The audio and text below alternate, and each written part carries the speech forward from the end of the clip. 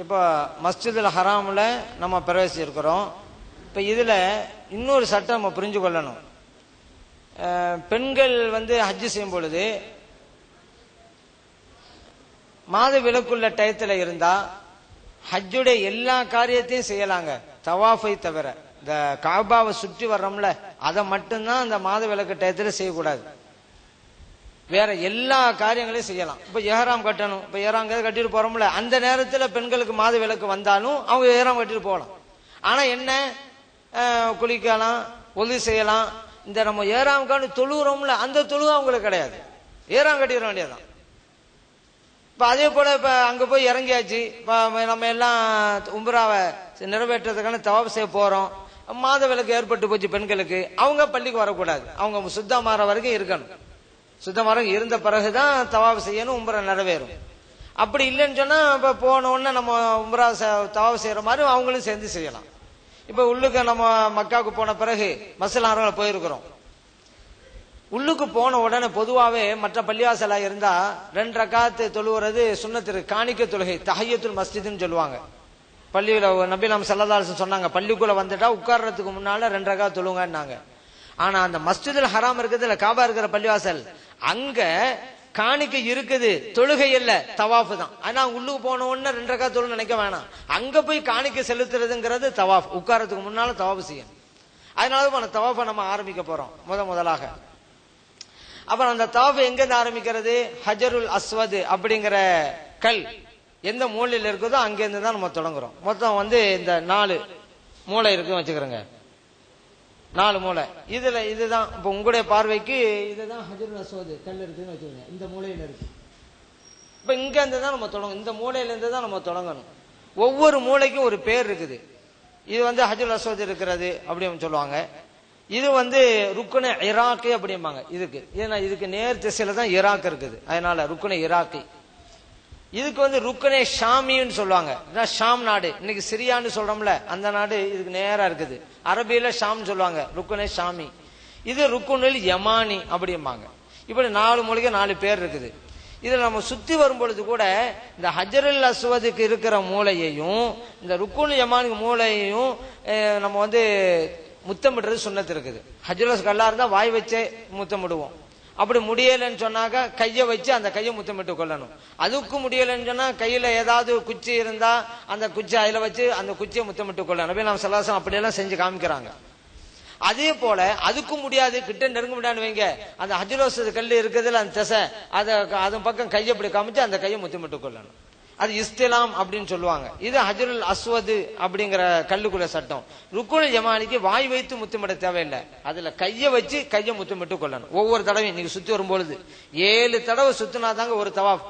காபாவை தவாப் செய்கிறார்கள் அப்படின்னு நம்ம சொல்லுவோம். தவாப்னா என்ன, சுற்றி வருதல். 7 தடவை சுத்தினாதான் ஒரு தவாப். ஒரு தவாப் செய்தார் அப்படின்றாலே 7 தடவை சுற்றினான்னு அர்த்தம். இந்த 7 தடவை சுற்றி வரும்பொழுது இந்த 2 மட்டும்தான் நம்ம முத்தமிடுறோம். காரணம் என்ன, அந்த 2க்கு அந்த சட்டம் இல்லை. ஏன்னு கேட்டா மொத்தம் காபாவுடைய எல்லை இன்னைக்கு கட்டப்பட்டிருக்கிறது எல்லை இல்லை, அதை விட கொஞ்சம் அதிகமும் இருக்குது. இப்ப இந்த எல்லை இருக்குதுல, இந்த காபாவுடைய சதுர வட்டம் முடிஞ்ச பிறகு இதுக்கு அடுத்து அரை வட்டத்துல ஒரு சவர் வரும். அரை வட்டத்துல ஒரு ரவுண்டா இப்ப ஒரு சவர் வரும், ஆள் ஒரு இந்த அளவுக்கு உயர சவர் இருக்கும். இதுக்கு ஹத்தீம்னு சொல்லுவாங்க, ஹிஜ்ரி இஸ்மாயில்னு சொல்லுவாங்க. ஸல்லல்லாஹு மேராஜுக்கு போனது அந்த இடத்துல இருந்து தான். அதுவும் காபாவுல ஒரு பகுதி. ஆனா குறைஷிகள் அதையெல்லாம் சேர்த்து கட்டாம இதோட கட்டிவிட்டாங்க. இது நபி நாம் ஸல்லல்லாஹு அலைஹி வஸல்லம் சொன்னாங்க, ஆயிஷாவே இந்த காபாவோட எல்லை இப்ப இருக்கிறதல்ல, அந்த வரைவாசி இருக்குதுல்ல ஹத்தீம், அது சேர்ந்தது தான். குறைஷிகள் காபா கட்டும்போது கையில காசு இல்லாதனால இதோட நிப்பாட்டி விட்டாங்க. இப்ப நான் மாத்தி அமைக்க தான் விரும்புறேன், குழப்பம் வரும். என்ன இஸ்லாத்துல இப்பதான் நம்ம சேர்ந்தோம், இப்பவே காபாவிலேயே கை வைக்க ஆரம்பிச்சுட்டாங்களே, தவறா விளங்குவாங்க மக்கள், புதுசா இஸ்லாத்து வந்தவங்க இருக்கிறாங்க, அதனால நான் விட்டுட்டேன்னாங்க நபி நாம் ஸல்லல்லாஹு அலைஹி வஸல்லம் அவர்கள். அதில் நமக்கு ஒரு ஹைராய் போச்சு. ஏன் அப்படி இருக்க போய் தான் இப்ப அந்த வரைவட்ட வடிவத்தில் இருக்குதுல்ல அது ஹத்தீம் உண்டு, அது உள்ளுக்கு இப்ப நம்ம போறோம், உள்ளுக்கு நின்று தொழுகிறோம், காபாவுக்குள்ளேயே தொழுத நன்மை இப்ப நமக்கு கிடைக்குது பாருங்க. அது சேர்த்துருந்துன்னு வைங்க, இப்ப பூட்டப்பட்ட மாதிரிதான். இந்த பூட்டப்பட்ட இடத்துக்கு உள்ளுக்கு போக முடியுமா, போக முடியாது. ஆனா அல்லாஹ் தஆலா அதுல ஒரு கயிறு வச்சுட்டான், காபாவுக்குள்ளே தொழுத நன்மை எல்லா ஹாஜிகளுக்கும் வச்சுட்டான். காரணம் அந்த ஹத்தீம்ங்கிற இடம் இருக்கிறதுனால. சரி, இப்ராஹிம் அலைஹிஸ்ஸலாம் அவர்கள் காபா எட்டினது அந்த ஹத்தீம்ங்கிற எல்லையும் சேர்த்துதான். இப்ராஹிம் அலைஹிஸ்ஸலாம் அவர்கள் காபாவை எல்லையா வகுத்தாங்கல்ல, அதுல அவங்க கைப்பட வைத்த 2 மூளை ஹஜ்ரஸ் மூளையும் அதே போல இந்த ருக்குன் யமானி மூளை, அந்த 2 மூளையும் இப்ராஹிம் அலைஹிஸ்ஸலாம் அவர்கள் கைப்பட அமைத்தது. அதனாலதான் அந்த 2 இடத்தை நம்ம முத்தமிட்டு கொள்றோம். இந்த சைடுல இருக்கிற மூளை அந்த குறைஷிகள் வகுத்தது. ஏன்னா குறைஷிகள் அதை இடத்தை விட்டு விட்டாங்க, இப்ராஹிம் அலைஹிஸ்ஸலாம் அவர்கள் கட்டின இடத்தை விட்டு சுருக்கிட்டாங்க. அவ இப்ராஹிம் அலைஹிஸ்ஸலாம் கைப்பட வகுத்து இந்த 2 இருக்கிறனாலதான் இந்த 2க்கு மட்டும் ஒரு தனி சிறப்புன்னு வச்சுக்கிறோங்க. இப்ப எங்க ஹஜ்ரல் அஸ்வத் கல் இருக்கு இந்த மூலையில. காபாவுடைய வாசல் எங்க இருக்கு? எல்லாம் உங்க பக்கம் தான். இப்ப காபாவுடைய வாசல் முன்னோக்கிற மாதிரி தான் இப்ப நான் உங்களுக்கு சொல்லிக்கிட்டு இருக்கேன். இந்த இடத்துல தான் காபாவுடைய வாசல் இருக்குது. அதே போல இந்த மக்காம் இப்ராஹிம் கல் இருக்குன்னு சொல்றோம்ல, அங்க கிளிக்குண்டு மாதிரி இருக்குதுல்ல, அது இந்த இடத்துல இருக்கு. ஆனா இதோட ஒட்டி இருக்காது, அது காபாவோட ஒட்டி இருக்காது, தள்ளி இருக்கும், இந்த சைடுல இருக்கும். இந்த இடத்துல ஹத்தீம் இருக்குது. சுத்தி வரும் பொழுது ஹத்தீமை சேர்த்து தாங்க சுத்தணும். ஒரு ஆள் சுத்தி வர்றாரு, இப்படி போன உடனே ஹத்தீம் அந்த அரைவட்ட ஒரு சவர் இருக்குதுல்ல, அது சேர்த்து தான் சுத்தணும். ஏன்? அதுவும் காபா. ஒரு ஆள் அங்க போகாம இதை முடிச்சுட்டு இதுக்குள்ள இங்க வழி இருக்குது, இங்க முடிச்சுட்டு இங்க வந்துட்டான்னு வச்சுக்கிறோங்க, தவாபே செல்லாது. ஏன்? பாதி காபாவை தான் சுத்தி இருக்கிற, முழு காபாவை சுத்தல. அதனால அது சுத்தும் போது அந்த ஹத்தீமையும் சேர்த்து தான் சொல்லணும். இடையில வழி இருக்குது, ஏன் உங்களை கஷ்டப்படன்னு சொல்லி இப்படி நுழைஞ்சு இப்படி வந்துடாதீங்க, அதை சேர்த்து தான் சுத்தி ஆகணும். அப்பதான் இப்ப நீங்க காபாவுடைய வாசல தான் முன்னோக்கி இருக்கிறீங்க, அந்த மாதிரி தான் நான் சொல்லிக்கிட்டு இருக்கிறேன். இப்ப இந்த இடத்துல காபாவுடைய வாசல் இருக்குது. இந்த காபாவுடைய வாசலுக்கு இந்த ஹஜ்ரல் அஸ்வத் கல்லுக்கு இடைப்பட்ட இடத்துக்கு தான் முல்தஸம் அப்படின்னு சொல்லுவாங்க. அதான் பற்றி பிடிக்கிற இடம் அப்படின்னு அர்த்தம்.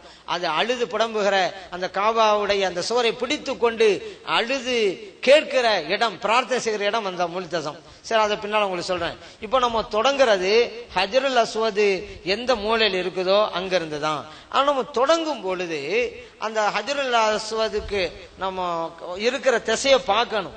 அப்படி நிற்கும் பொழுது நம்முடைய ரைட் சைடுல அந்த ஹஜ்ரல் அஸ்வத் இருக்கிற மாதிரி நிக்கணும். ஃபர்ஸ்ட் போய் நிற்கும் பொழுது நேரா ஹஜ்ரல் அஸ்வத் இருக்க மாதிரி போய் நிக்காம கொஞ்சம் தள்ளி வரணும். கொஞ்சம் இந்த சைடுல கொஞ்சம் தள்ளி நின்றாதான் நீங்க இங்க பார்க்கும் பொழுது ரைட் சைடுல உங்களுக்கு வரும் அந்த ஹஜ்ரல் அஸ்வத் கல்லு. அப்படி போது நம்ம நியத்தை வைக்கணும். இப்ப தவாஃபு பல தவாஃப் இருக்குது, அதனால எந்த தவாஃபை நம்ம செய்யறோங்கிற நியத்து வைக்கணும். இப்போ உம்ராவுடைய தவாஃப் இருக்குது, அதை தான் நம்ம செய்ய போறோம். ஹஜ்ஜுடைய தவாஃப் இருக்குது, நேர்ச்சை. ஒரு ஆள் எனக்கு இந்த காரம் ஆயிட்டா தவாஃப் செய்ய நேர்ச்சை பண்ணியிருந்தாரு, அந்த தவாஃப் இருக்குது. தவாஃபுல் குதும் இருக்கு, அது இப்ப நமக்கு தவாஃபு தமத்துடைய நிலையில போறவங்க தவாஃபுல் குதும்ங்கிறது இல்லை, அதனால இந்த சப்ஜெக்டை விட்டுறேன்.